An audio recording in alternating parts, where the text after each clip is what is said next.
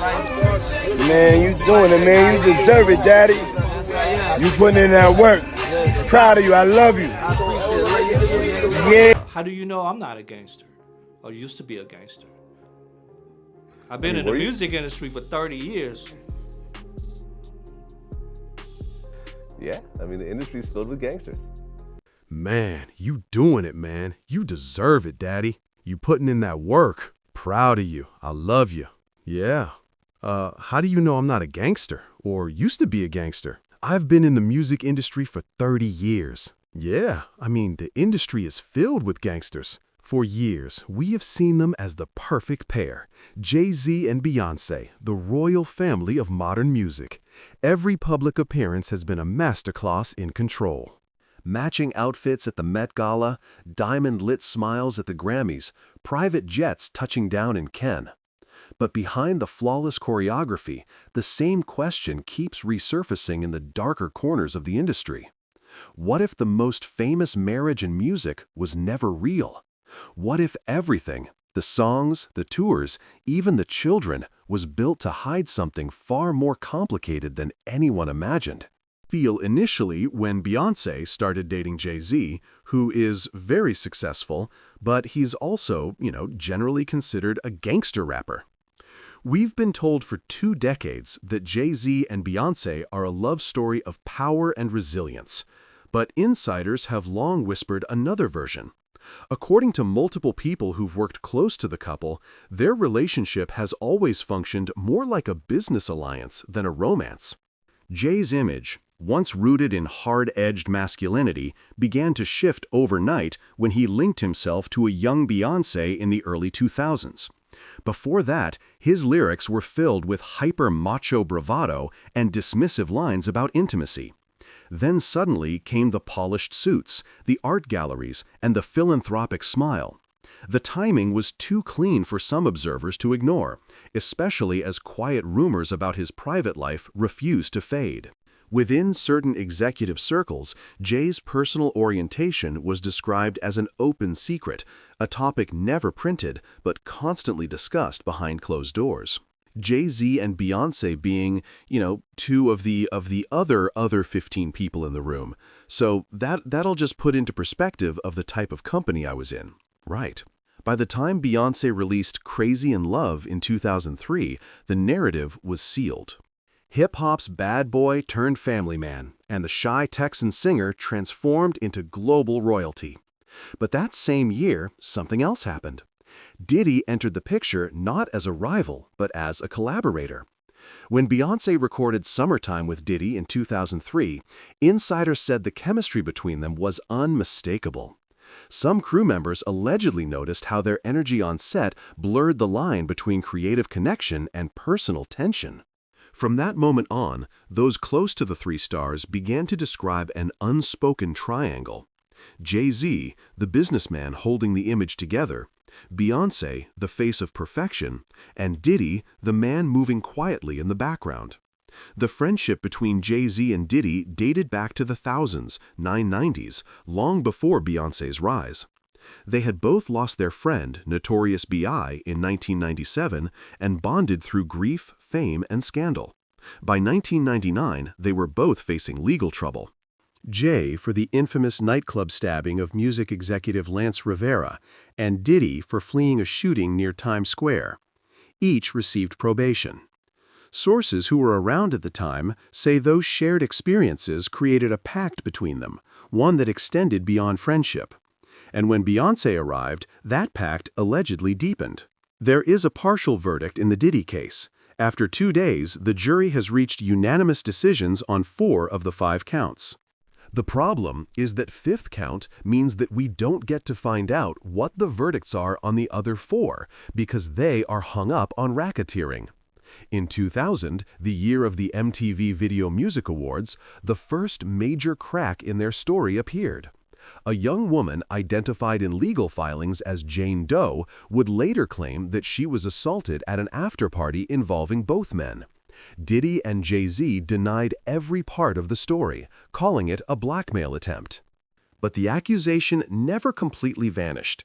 When the lawsuit resurfaced in late 2024, decades later, it reignited speculation about why Jay-Z would risk his spotless reputation to publicly defend Diddy.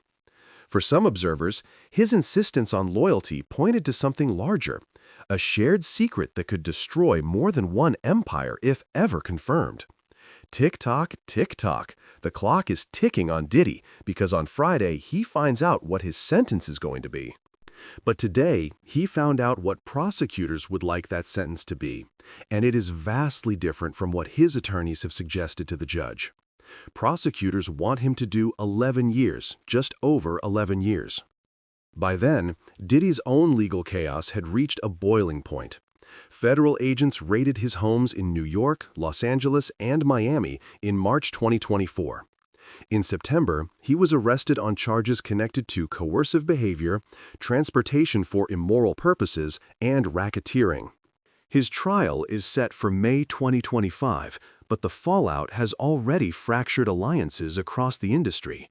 Jay-Z, usually quick to align himself with moral causes, has stayed silent. 50 Cent mocked him online for going into hibernation, pointing out that even the annual Roc Nation brunch, usually a symbol of Jay's dominance, was quietly canceled. The silence was deafening, and for many, it confirmed what insiders had long believed, that Jay-Z's connection to Diddy runs deeper than friendship. Behind all of this, Terrence Dean's memoir, released in 2024, painted a broader backdrop, a world where some of the biggest names in hip-hop lived double lives. Dean described a thriving but hidden rainbow subculture within an industry built on hyper-masculine imagery. He avoided naming names, but his descriptions were detailed enough to ignite speculation. He wrote of executives who weaponized homophobia to protect reputations, and of artists whose public personas were elaborate camouflage. It wasn't lost on anyone that Jay-Z's evolution from street hustler to art-collecting mogul mirrored the kind of reinvention Dean hinted at. I think sometimes Meek falls victim to, I have to explain myself because they be playing with my name, and the more he responds, the more they. When Bobby Shmurda gave his interview in 2024 accusing Roc Nation of planting rumors about Meek Mill and Diddy, he added another strange piece to the puzzle.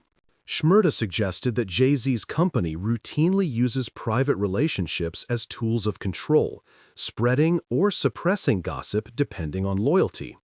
According to him, artists who leave Roc Nation become targets of carefully designed online narratives. It was a wild claim, but it landed differently once Jay-Z's name appeared in the same lawsuit as Diddy's. If his marriage to Beyoncé was meant to shield him, then perhaps that shield was cracking.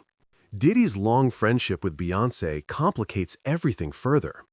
He was there at her milestone moments, the opening of the 40 and 40 Club, the Roc Nation brunches, and even her 2016 VMA afterparty. Photographs from those years show him standing close, sometimes too close, the chemistry visible even in still images. Former staffers from that period claimed their professional boundaries blurred, and that Beyoncé often traveled under unusual discretion when visiting Diddy-hosted events. Insiders alleged those meetings weren't purely social. Some whisper that her children's resemblance to Diddy's features isn't coincidence, a claim impossible to verify but persistent enough to haunt comment sections and gossip board. Weirdo, don't give no what you got in your head. That Neuralink, you'll never outthink me ever. As Diddy's legal troubles mounted, Beyoncé's camp maintained silence, equal to Jay-Z's. But when gossip commentator Jason Lee revealed in 2024 that both Beyoncé and Jay-Z had allegedly contacted him over Diddy allegations, speculation intensified. Lee said the calls came through intermediaries who urged him not to fan the flames. It was an odd move for a couple who normally rise above controversy.